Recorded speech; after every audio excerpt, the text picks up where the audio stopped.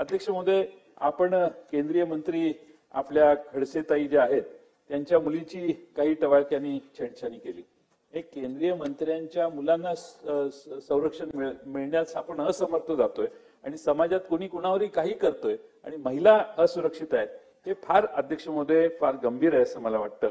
राजरोस हे सगळं चाललंय आणि म्हणून राज्य कसं आलेलं आहे, काय चाललंय, कोण राज्याचा प्रभाव यांच्यावर करतात. एक चांगली गोष्ट आहे की 1500 रुपये महिलांना दिलेत. 1500 रुपये गरीब घरातल्या महिलेला फार महत्वाचे आहे. 1500 रुपयावर तिचा एक महिना जाऊ शकतो. नवऱ्याने पैसे दिले न दिले तरी 1500 रुपयाचा आधार सरकारने दिला, हे चांगलं आहे. आता ती संख्या ज्यांना जेवढ्या दिलं त्यांना देऊन गेलं. आता एकदा दिलं की विषय संपला.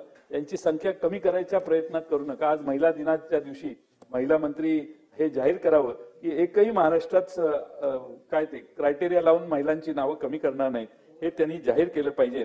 अध्यक्ष महोदय, खरं म्हणजे महिलांना बरोबरीचा दर्जा देण्याचा प्रयत्न अनेकांनी केला, पण या महाराष्ट्रात आदरणीय पवार साहेबांनी पहिल्यांदा 30% आरक्षण दिलं, मग राजीव गांधींनी 33% केलं आणि आज 50% करताना त्यांनी पवार साहेबांनीच पुढाकार घेतला. आमचं त्यावेळी राज्य होतं त्यावेळी. आणि त्यामुळे अध्यक्ष महोदय, एक वेगळ्या प्रकारे महिलांना राज्यकारभारात संधी देण्याचं काम हे महाराष्ट्रानं पुढाकार घेऊन केलेलं आहे.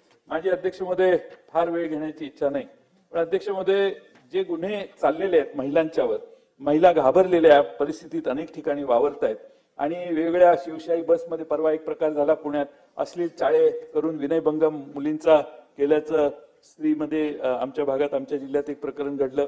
अनेक अशा गोष्टी आहेत. अगदी पर्वती मतदारसंघातली गुन्हेगारी वाढली आहे, ताई आता इथं नाही आहेत आणि त्याच्यासाठीही माझ्याकडे एक निवेदन आहे.